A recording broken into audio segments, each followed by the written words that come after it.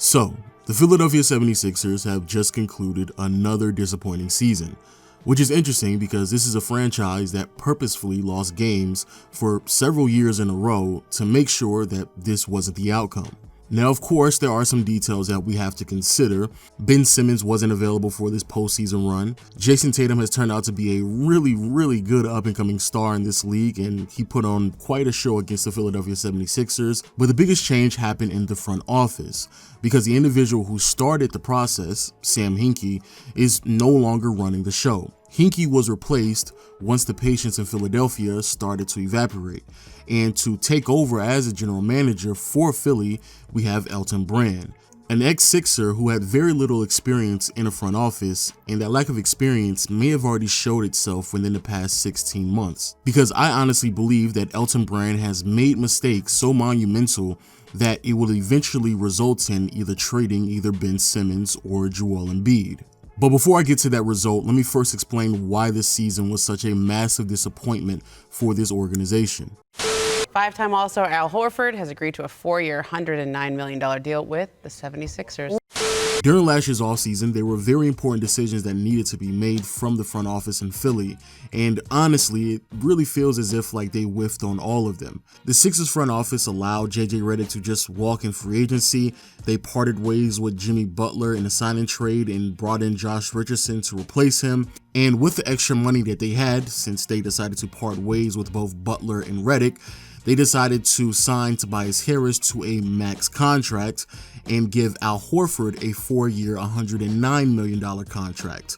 Two contracts that were not only questionable in the moment, but the financial commitment that has been made with this team means that moving forward, there is very little flexibility that will be seen with this roster. So much so that if you look at the amount of money that is going to be paid to Tobias Harris, Al Horford, and Josh Richardson next year, we're roughly talking about north of $70 million. To put that into context, next year the Denver Nuggets will pay Jokic, Gary Harris, and Jamal Murray roughly around $75 to $76 million. But it still gets worse because that not only doesn't consider Joel Embiid in his contract, but also that does not include Ben Simmons and his newly signed contract extension. When you add both Simmons and Embiid, the starting five for the Philadelphia 76ers next year alone will be making north of $130 million. To put that figure into context, last year, the Toronto Raptors spent $135 million on their entire roster. And because of this financial commitment, that more or less means that the roster that you see now from Philly, or at least the starting five, is what we will see moving forward, which after this year doesn't really seem that promising. Sure, the Philadelphia 76ers did make the playoffs, and they did have moments throughout the year where they looked really impressive, but finishing the regular season with a record of 43-30 means that this is the worst regular season that the Philadelphia 76ers have had in the last 3 years. And to make it even worse, the Sixers only finished with the 6th seed in the East. And also keep in mind that next year, more than likely, the Brooklyn Nets will have not only Kyrie Irving but Kevin Durant to go alongside with a roster that was competent enough to still make the playoffs in their absence. Meaning that even though, yes, there were several factors, some of which were extremely unconventional and out of the control of the 76ers, going down in the standings year after year really and truly is not the direction that you want to be heading into for a team that had just committed the amount of money that we've seen just in the starting five alone over last year. So that does mean if this is the best iteration that Elton Brand has been able to piece together for the Sixers, it honestly just isn't good enough. And again, this is something that we saw throughout the season. Vegas had them as just a hair behind the Milwaukee Bucks as the favorite in the East, and I picked them to go all the way to the NBA Finals. But I quickly realized early on this was not the team that I was expecting. They sputtered on the offensive end of the court. The Sixers finished with a top 10 defense, and a lot of that just has to do with Ben Simmons becoming a more established elite defender. But on the offensive end, the Sixers were barely above average, and the biggest reason for this has to do with A, the lack of depth on this team, but more importantly, the fit between the players within the starting five just wasn't that good at all. The lineup that consisted of Ben Simmons, Josh Richardson, Tobias Harris, Al Horford, and Joel Embiid only had a plus-minus of 1.9. To put that into better context to understand why that is such a disappointment, last year's starting five of Ben Simmons, JJ Redick, Jimmy Butler, Wilson Chandler, and Joel Embiid had a plus-minus of 3.6. And then once the 76ers made the trade to go get Tobias Harris, that plus-minus increased to 7.5.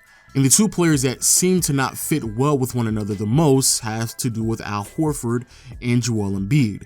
Because just looking through the numbers, quite honestly, there just aren't that many lineups that consisted of Al Horford and Joel Embiid that were positive. Now, of course, Al Horford's role on this team was more than just being the starting power forward, because more or less he was insurance for when Joel Embiid suffered an injury and was out, and of course he's a veteran that gives you some type of leadership. But moving forward, that does mean that Al Horford's productivity is best utilized at the 5 spot, which means that he should just be coming off of the bench. But of course, spending north of $100 million on a bench player, it is a bit excessive. But honestly, there aren't that many other options. Sure, the Sixers can fire Brett Brown, and of course, allowing this unit to play alongside one another with a healthy Ben Simmons is definitely a realistic option that we should expect from this team next postseason run. However, if you look at the roster and the makeup of it, honestly, it just doesn't fit well with one another. So of course, the most logical conclusion would be to start trading some players. However, that will be easier said than done, especially if you're trying to avoid trading both Simmons and Embiid, because if we're being honest with ourselves, I really don't know that many teams that will be willing to take on Al Horford in his contract. And then when it comes to Tobias Harris, even though I do believe that he can be a bit more productive than what we saw this postseason run, I highly doubt that there will be that many teams willing to take on the financial responsibility that is Tobias Harris, since moving forward, he potentially could be one of the top 10 most paid players in the NBA, despite the fact that he's never even been an all-star yet. Meaning that if the Sixers want to make some significant changes, it more than likely will have to be between Ben Simmons or Joel Embiid. I'm not looking to trade Ben or Joel. I'm looking to complement them better.